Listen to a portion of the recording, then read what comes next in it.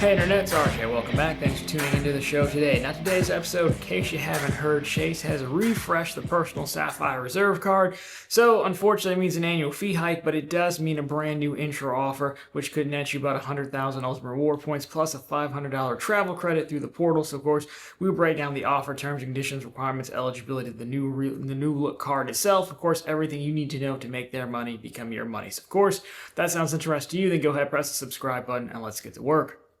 Now, a few things.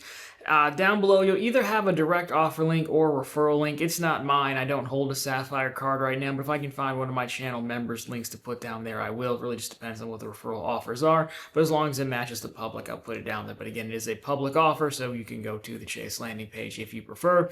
Since this has been all the rage, I will say, if we have anyone new here, this is not in any way a review of the card. We're really just here to look at the intro offer and how do we get the bank's money. So, of course, we'll gloss over the card and its changes, but if you're really looking to get a deep dive into the credits and how to use them and get value, well, this isn't for you.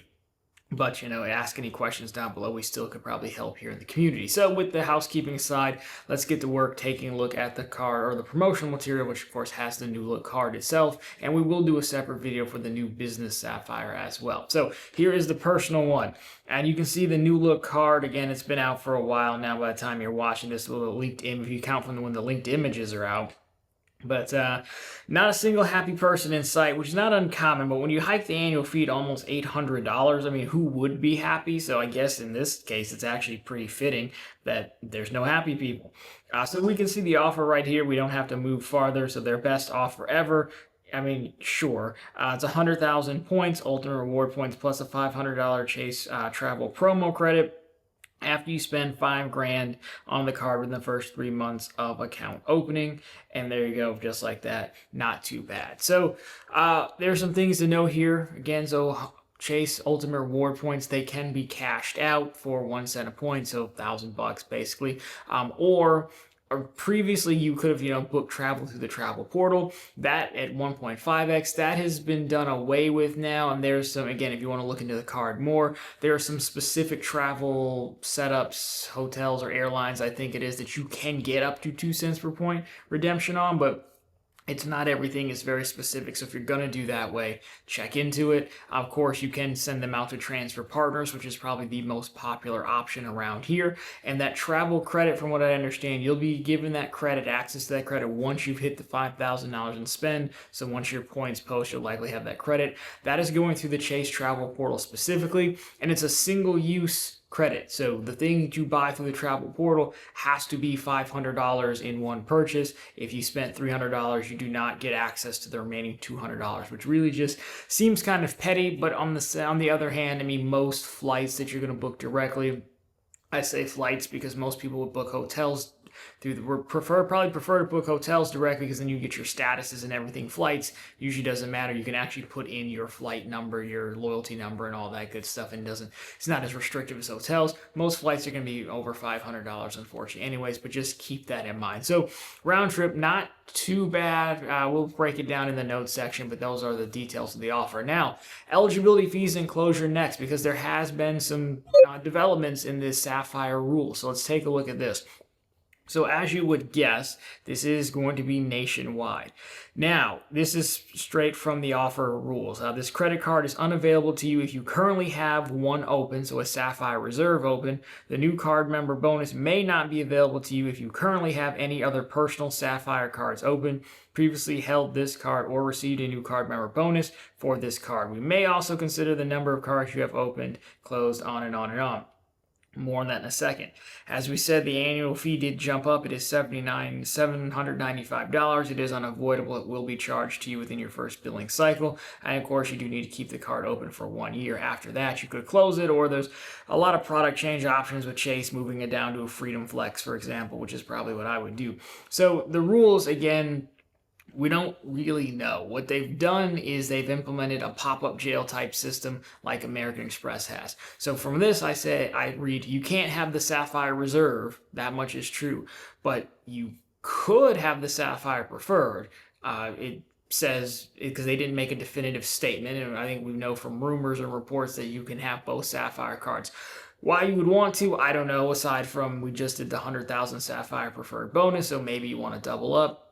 But again, they're also saying that, hey, well, we're going to evaluate how you've interacted with our portfolio. So if you just got the 100,000 point offer and you're not, in their eyes, a good customer, a profitable customer, well, then you're probably out. Now, they're supposed to give you a pop-up like American Express that says, hey, you're not going to get the intro offer. Do you want to proceed? And that's up to you. I can't imagine why you would want to get this card without the intro offer.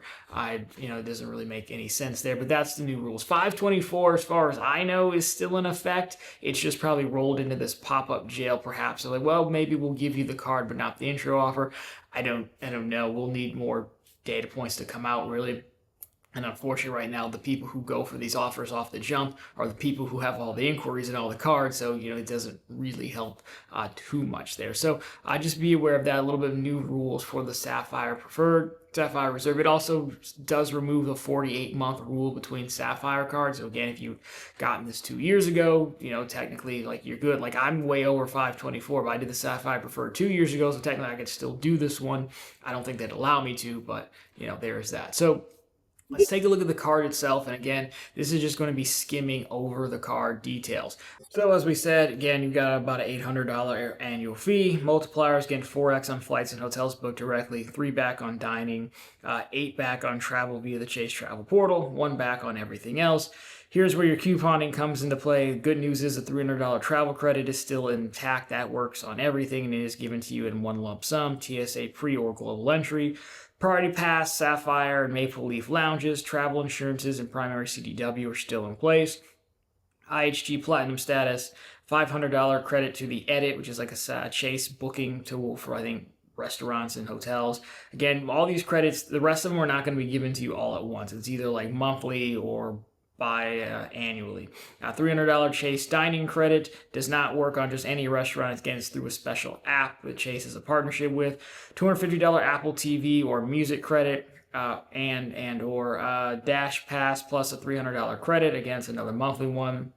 StubHub credit, $300, $120 Lyft credit, $120 Peloton credit, and if you spend $75,000 a year on the card, you get bumped up to IHG Diamond. Elite, you get a $250 credit for the shops at Chase portal, $500 credit towards Southwest via the travel portal, and then Southwest Airlines A-list status. So there you go. In typical couponing fashion, yes, they give you way more coupons than the annual fee costs.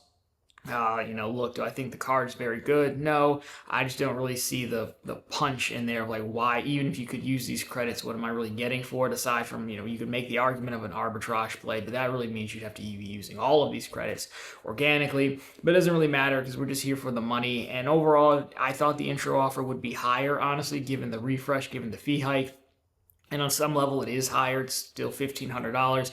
They're just clearly trying to push people to the travel portal, and this does get them to use it by making part of the intro offer for the travel portal. Given the cost of flights, I think $500 coupon will be easy enough to use. I did used to book through the travel portal back in the day, so simple enough. If you look at the $300 travel credit on the card, which is easy to use and face value, and that $500 part of the intro offer credit, well, then that's $800. That takes care of the annual fee, netting you the 100,000 points or $1,000, however you want to look at it. So I do think this is worth it to do. Is it high as we thought? No, but it's still good enough. It's still easy enough money. So there you have it. That is everything for the Sapphire Reserve. Let's hit the summary slide to bring us home. And as we said, the target is Chase. The product, of course, is the Sapphire Reserve card. This is for the personal one. Of course, it is nationwide. 100,000 ultimate reward points plus the $500 single-use travel portal credit. Again, apply and be approved because it is a card. Then spend $5,000 in the first 3 months of opening. Annual fee, as we said, $795 is unavoidable. And closure, you do have to keep it open for 1 year. So overall, again, not too bad. Still gives us something to talk about in the summer and some easy money. But of course, if this one is not for you, well then check out ProfitableContent.com, which is the channel's blog, always linked down below for you, and on the channel homepage, where there we have the latest news stories like all the Chase developments and other issuers. Plenty of bank promotions. The Chase 900 offer is still going on, so if you really want to stick it to them. And of course, we have other credit card offers as well. But anyways, guys, that'll do it for this one. So of course, if you liked it, drop me a thumbs up down below. If you found it particularly interesting, consider subscribing to the channel. So we're posting content just like this every single week on how to make the bank's money become your money, of course, every single day over on ProfitableContent.com. As always, thank you so much for watching. I'll talk to you very soon in the next one.